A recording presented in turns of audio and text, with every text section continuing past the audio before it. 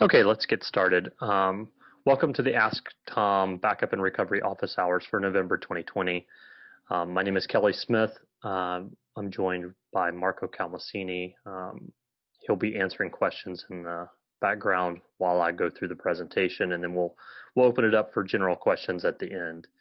And today's subject, we're going to talk about, are your backups ready for recovery? And the information that I'm going to present today is coming from the MAA information that's available on our website. So you can go out and read all about all these best practices at the URL that I've got listed below. It's divided up into categories. So, whether you're using backup and recovery or data guard or engineered systems, there's going to be a whole bunch of information around the maximum availability architecture, which gives you the best practices from Oracle that you can leverage in your environment.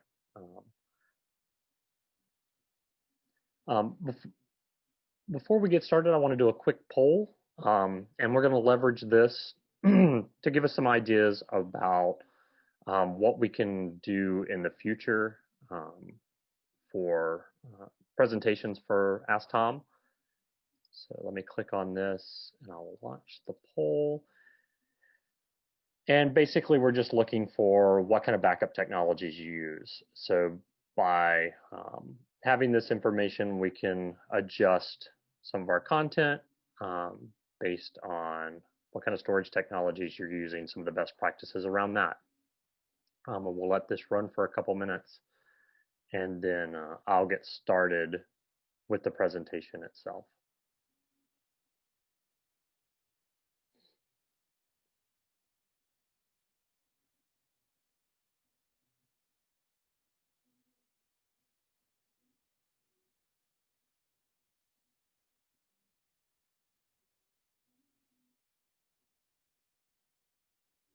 Okay, just a few more seconds on this. Looks like disk is the front runner.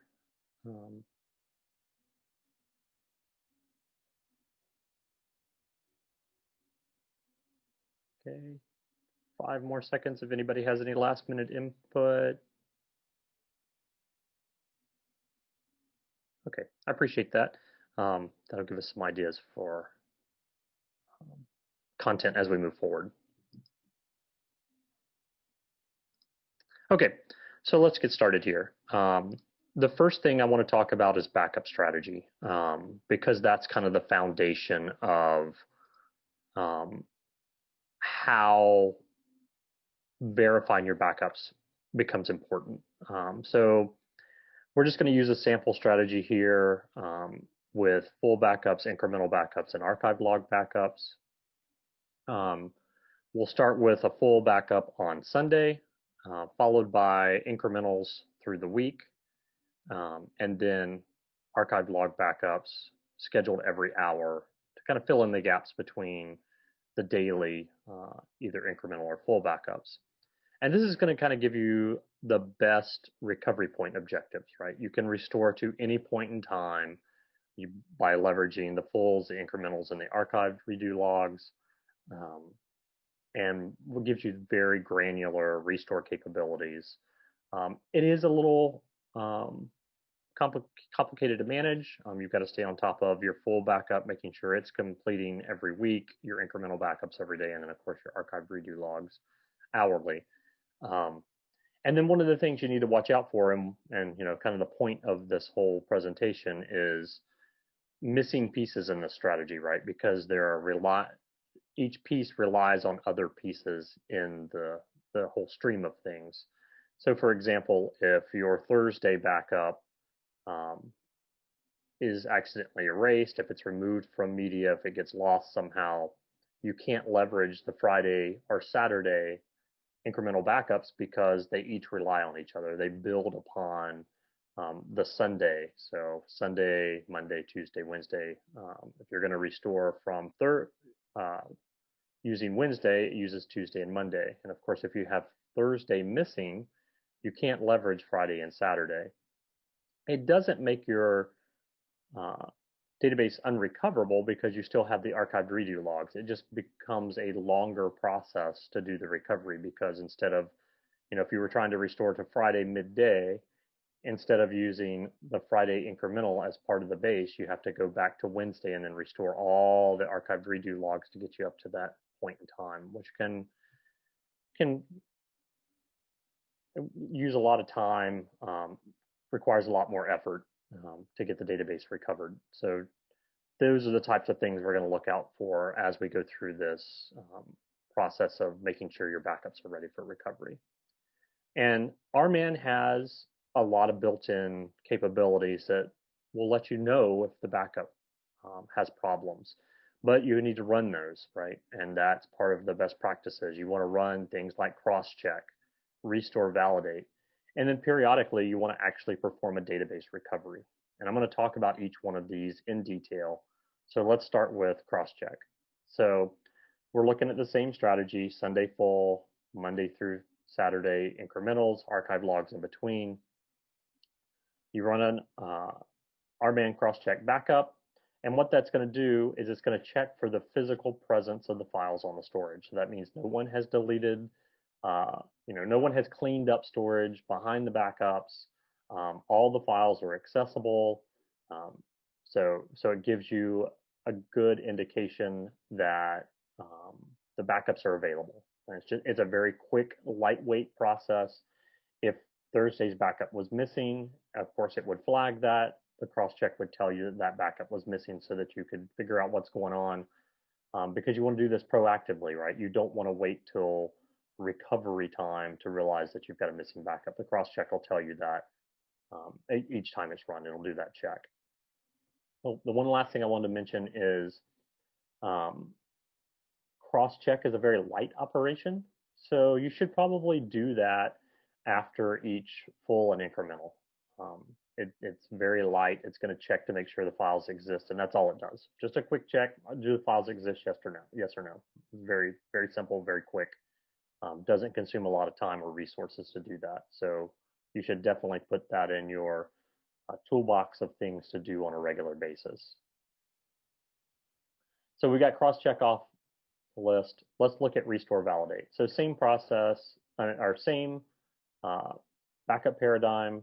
We're going to use that through this whole presentation.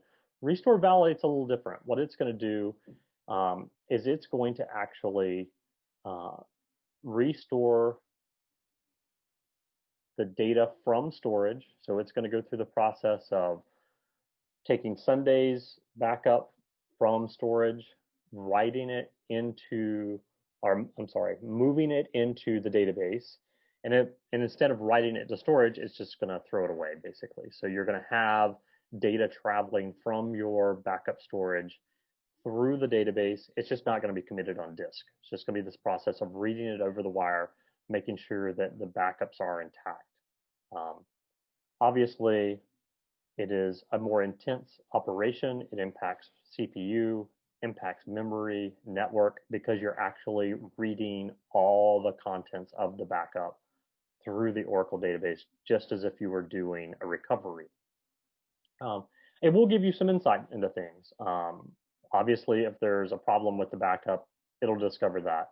It'll also give you some insight into performance. It'll show, because if you had to restore to Saturday, for example, and you do your check validate on Saturday, your restore validate on Saturday, it'll show you how long it would take you to read the data across the network.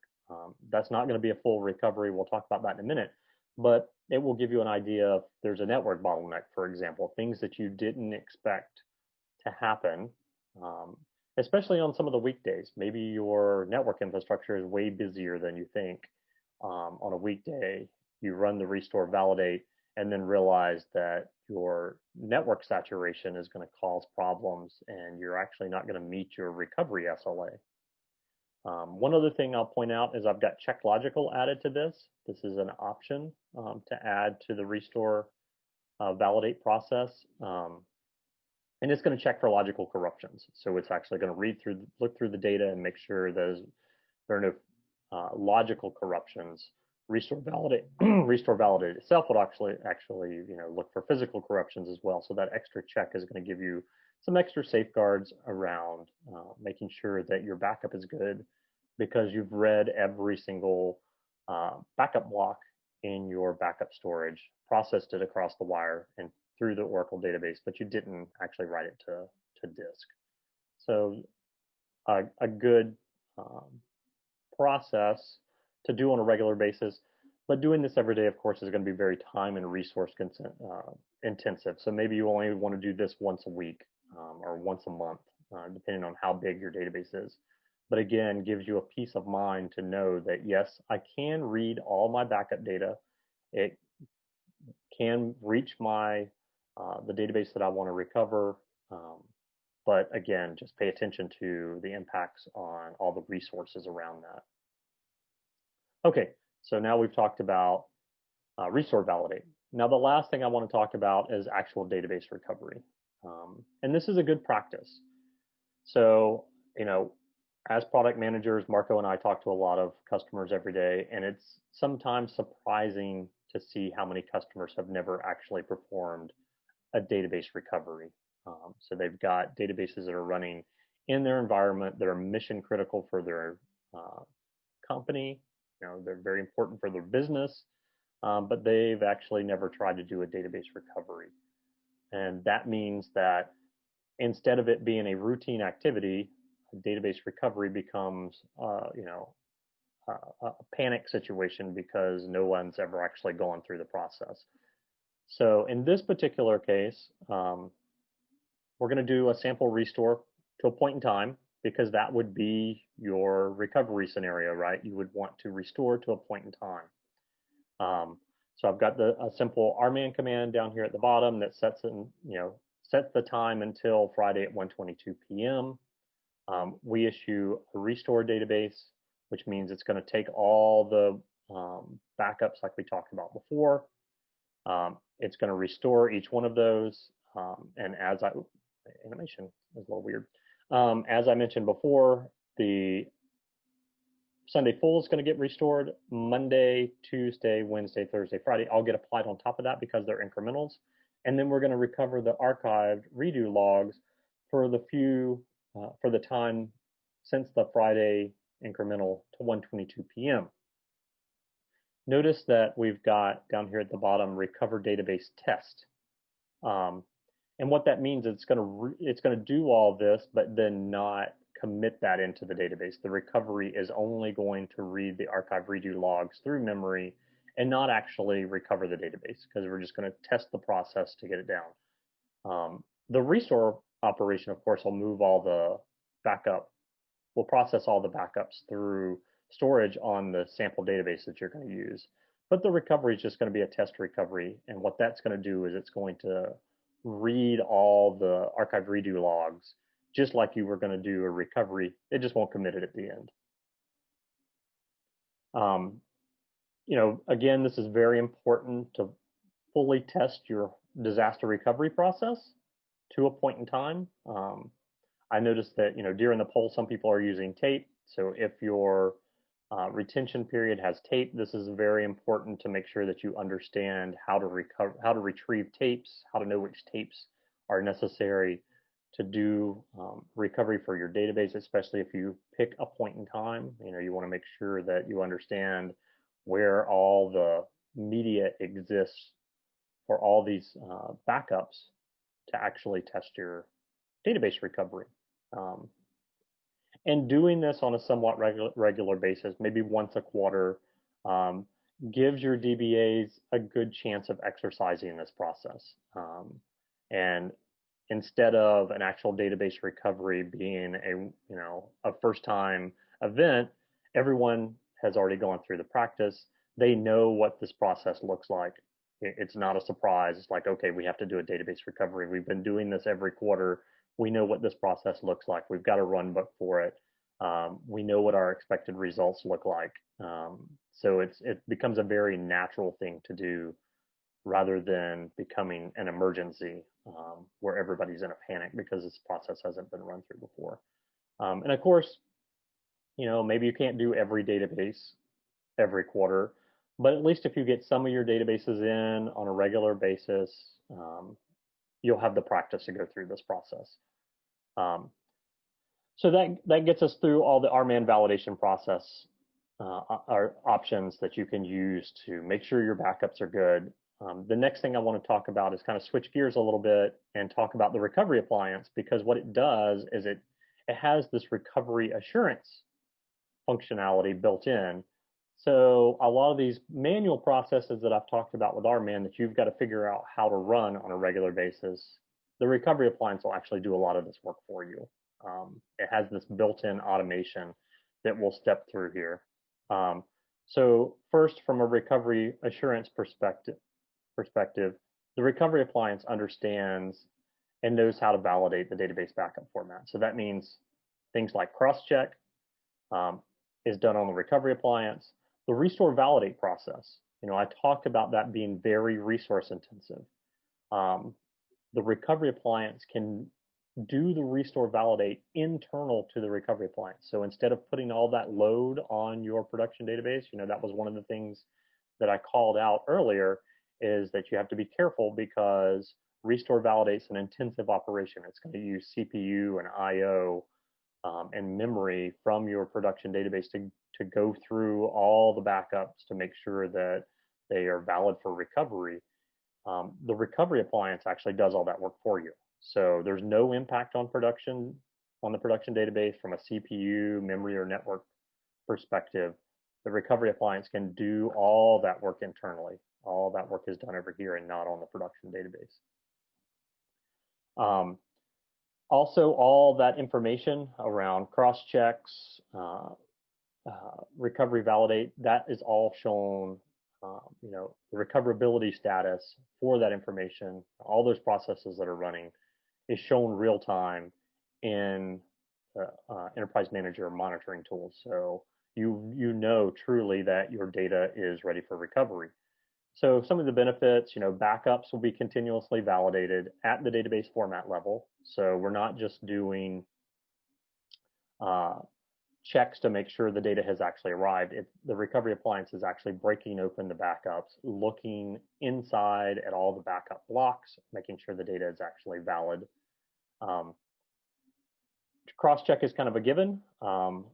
Through this process of continuously validating the backups, is looking for gaps, is looking actually at the SCNs to make sure you've got a contiguous set of SCNs, making sure all the backup pieces are there. That's one of the mistakes that some customers make. If they set up their backups in a way that is missing pieces, or the retention is slightly off, so that archive redo logs are being expired before maybe the incremental backups. There are things that you can do to cause gaps, and the recovery appliance will check for those things to make sure you don't get yourself in trouble. And then last, of course, protection status is reported in real time, so that you know very easily if someone asks you, can a database be recovered? You can run reports. It's on the management dashboard. You know all this information about the backups that have run for all the databases in your environment. So it's very easy to use, very informative, and is easy to provide information to database users and different organizations within your business. So the recovery appliance also has a concept of backup savings. We're not going to talk about that today, but what it does is it produces an incremental forever paradigm, so that you don't have to repeat your full backup. In the backup strategy that we talked about in the beginning, there's every week, every Sunday, there are incrementals every other day of the week, and then archive redo logs. From the recovery appliance perspective, you don't do the full backup more than once. So you do the full backup one time, and from there on, you just do incrementals. So a huge amount of savings from a backup perspective in storage costs and in impact on the production database, because you never revisit that full. And then, of course, we've got cloud scale. The recovery appliance grows as your business needs grow. You can start off small and just keep adding storage without any downtime. and that even expands across multiple racks of recovery appliance. It's all viewed as one recovery appliance and one pool of storage that can be managed for backup and recovery operations. All this data, of course, is at oracle.com/ZDLRA. And like I mentioned before, there's a lot of MAA white paper information out on oracle.com, and that's at the beginning of the recording. The recording will be posted out on the Ask Tom site.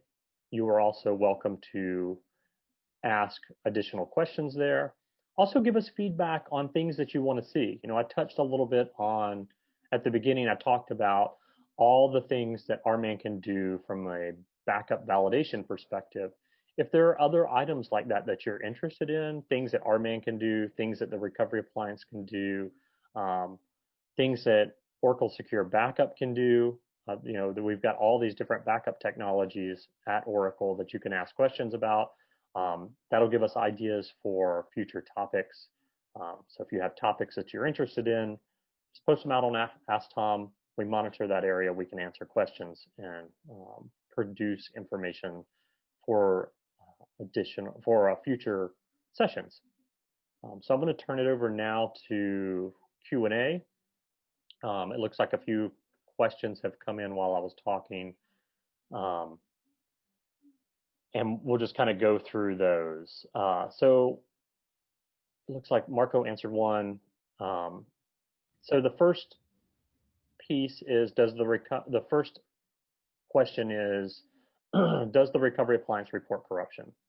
Yes, it does. So it reports corruption in several different ways. There are alerts that you can configure that go out to people that are responsible for the database. So okay, there was a corruption that occurred during this database backup, or that was noticed during this backup, because you have to remember remember I talked about the backup validation process. So RMAN is going to be looking for problems in the backup while the backup is occurring, but it can't actually dig in like restore validate does. The recovery appliance is going to be running that restore validate process behind the scenes on the recovery appliance itself. So if it bumps into something after the backup is completed, as it's doing this continual validation of the backups, it will alert everyone. It'll alert the recovery appliance administrator. You can set it up to send alerts out to the database owners. There's a lot of flexibility in reporting any kind of corruption that's occurred on the backups. The recovery appliance also has the capability of trying to repair the corruptions on its own, because the recovery appliance has lots of different sources for data for the database. It'll try to do the repair on its own first. So if there's a block that's been corrupted and the recovery appliance can find the block in another location, it'll do the repair automatically. But if all that fails, all this automation that happens behind the scenes fails, it'll start sending out alerts to let everybody know. Let's see, the next thing, I don't understand the slide about recovery tests. Is the restore database command applied against the same database where the backup is from? You don't have to do that. So that's a good question. So if you don't want to use the recovery test against a database that is live, that's kind of an unnerving situation, right? Because it means if you're performing a restore test against the source database where you actually pulled the backup from, and that is your production database, that can be an unnerving process. So you don't have to do that. Bring up another database, and target that as your test recovery process. So you don't have to go back to the original database, because yes, I can understand that could be an unnerving process. If someone types a command wrong, you could actually experience a production outage, and then what was a test could become a full-blown recovery, which can be scary. So yeah, you're fine using the recovery test against the production database or against a sample database that you've set up off to the side. Either is fine. Like I say, you want to be careful. So, if I was doing this process, I would set up a sample database um, to make sure that you don't get in any problems. Okay, so next there's a question. Let's see, using RMAN hot backup of PDB-A and container A, shall we restore to container B? So this is about backing up multi-tenant pluggable databases. So you got PDBs, and you're going to back up PDB-A from one container, one CDB, and you're going to restore that into another container, which we're calling container B. Yes, you can do that as well. You can back up from one container, restore into another container. Pay attention to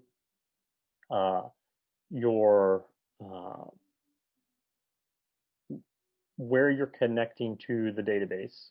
And what I mean by that is you can connect to a PDB and do backup and restore operations, or you can connect to the root CDB and do backup and restore operations.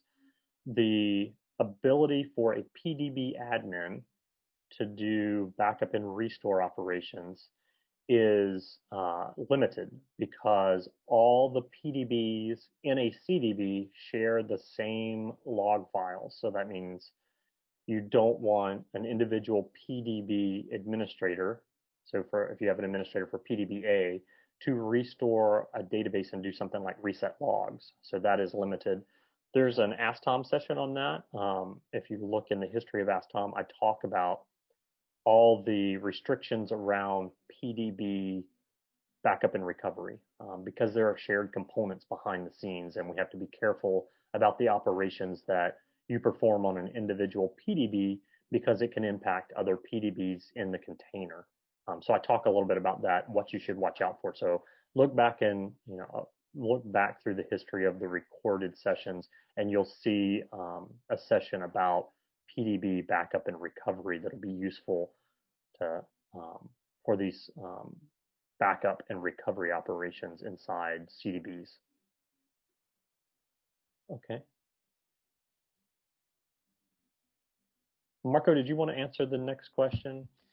No, I wanted to type an answer, but I clicked the wrong button. Okay, but okay. it's fine. It's fine. No, but it's okay. The answer is easy. Yes, RMAN finds what it needs, right? So based on if you just do a set time to previous week, RMAN will go back and pick up the L0 from the previous week and then apply the incrementals after that. If you don't do anything, if you just do a restore database, right? So a simple recovery, the simplest thing you can do is restore database, right? And RMAN will just go and pick up the last level 0, the available incrementals, and then it will restore up to that point, and then you do a recover database, and it will recover up to the last available time. So this is the simplest command that you can use. Restore database, recover database. That's it. Yeah, that'll get you up to the latest point in time. In my example, I set a time, and that tells RMAN to play up to that point in time. But RMAN will figure it out, right? RMAN, if you tell it to go, like Marco said, to a specific point in time, then RMAN figures it out. It knows where the last L0 was. It finds all the incrementals that are necessary, all the log files that are necessary. So you don't have to worry about trying to figure that out. Also, don't try to outsmart RMAN and tell it what to do because you'll get yourself into trouble. Just tell RMAN what point in time you're trying to recover to and let it figure out the components that will get you there, the backup pieces that'll get you there. If you're trying to do like manual recoveries of the L0 and then all the L1s, and then you do, if you're trying to do all that by hand, it's going to become a mess. Just tell RMAN the point in time you're trying to get to and let it do the work. And as Marco mentioned, if you're trying to get up to the latest, just let RMAN do its work. And also it falls back to a previous version if there's problem with that one, right? So even if you go to the last point in time, but your latest L0 has some kind of problem, I don't know, something is corrupted on your tape, whatever, if you're storing from tape. RMAN will, at that point, go back to the previous L0 and apply all the incrementals in between. So it's also able to do that and switch to a previous version as the restore is going. That's right. Okay, are there any other questions? I think that's the last question in our Q&A.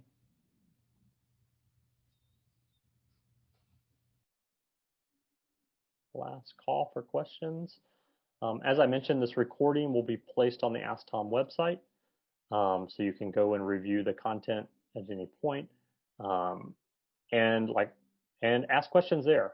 You know, if you think about something later, go to the Ask Tom site, type in your question, we'll answer it. If you're interested in future topics, give us some feedback around future topics that you would like to see. We'll produce sessions that target those topics as well.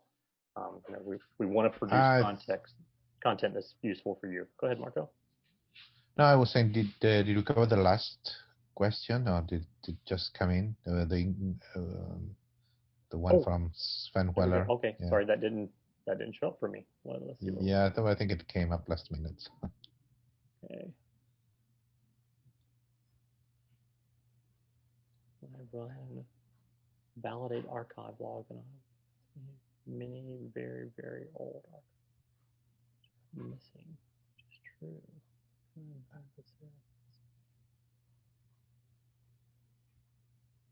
So, the first thing that comes to mind is I'm wondering if I don't know if you're using a control file or a recovery catalog, but I'm wondering if the expire has left something behind so that it's trying to validate information that's either in your recovery catalog or in your control file that's no longer present. So that's the first thing that comes to mind. So the expiration hasn't happened. Because the only way that when you do a validate command, RMAN is going to look at what's currently present. And in your particular case, it looks like there are things that have maybe expired from a storage perspective, but are still sitting around in your control file or in your recovery catalog. So if you try doing an RMAN list backup and see if it shows all this old stuff still around. And if that's the case, you probably need to run an expiration. Does that make sense? Probably running a crosscheck would also, I don't know if the crosscheck command is run regularly, but maybe that should also help, because RMAN would find that those archive logs are not there, and if it's correct that they're not there, it'll fix them up. Yeah, mark them as expired, I think. That's right. Yeah, so that just leads me to believe that there's information that's in either in the control file or in your recovery catalog. Yeah. That's old and outdated. During a recovery process, for some reason they're still in the control file. Crosscheck tells me all is fine. Only validate.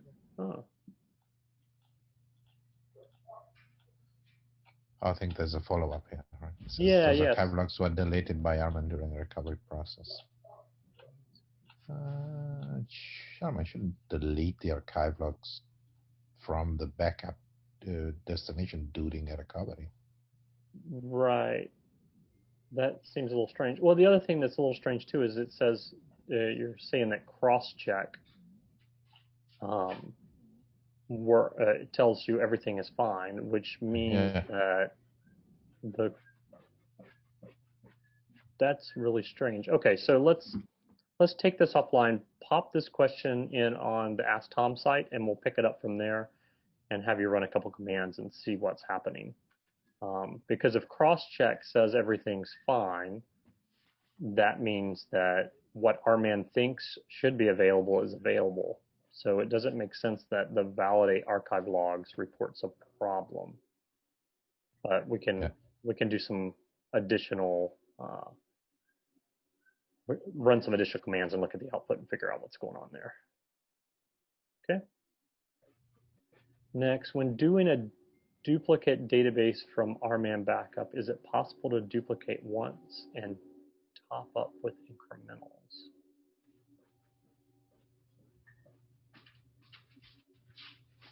Yeah, that also should be. Honestly, I'm not totally sure about the specific case, but as long as you don't open the database, that should be possible. Yeah, you can still keep Obviously, when you applying. open your database, then that's it. But if you don't, that should be okay. That's right. But So if you put that one in the SCOM session, we can follow up with more details on that one too. yeah, so that's SCOM another website, one. sorry. Yeah, if you can, this for John Adams here, the duplicate question. Yeah, if you drop that into Ask Tom, if you're seeing a problem like Marco said, as long as you don't do a database to recover, you should be able to apply incrementals, but we can look at the process that you're using and determine what's happening. Okay, so let's see. There's another question that's come in. If my RMAN is missing old archived log files that exist, who can I tell that the files are obsolete? Yeah, I'm not sure what that exists means in this case. If you're missing archive log files, you cannot recover past that point unless you have a following incrementals. You would still be missing part of the recovery window. I don't know if that was the question. And can I tell that the files are obsolete? So you definitely want to run a cross check there. I don't. Yeah. Exists to tell the files are obsolete. Yeah, I don't. So we need to get some more details on that one. That's probably another good question for the Ask Tom website, and we can follow up and retrieve some more information. Crosscheck is obviously your friend in this particular case. If you've got old missing pieces, it'll reconcile that, mark those as missing, so that they don't keep showing up. Yeah, but remember that missing an archive log is preventing you from recovering past that point until the following incremental. That's right.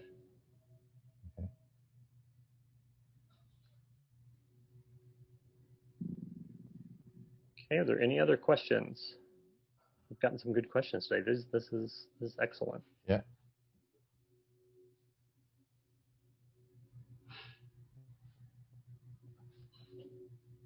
Last call for questions. Okay, so we'll wrap things up here. As I mentioned before, post your questions on the Ask Tom website. We've got a large team of experts that can answer questions across all the different topics that are available in Ask Tom. We cover backup and recovery, but there are lots and lots of different topics that can be discussed. You can ask questions. We're all here to help.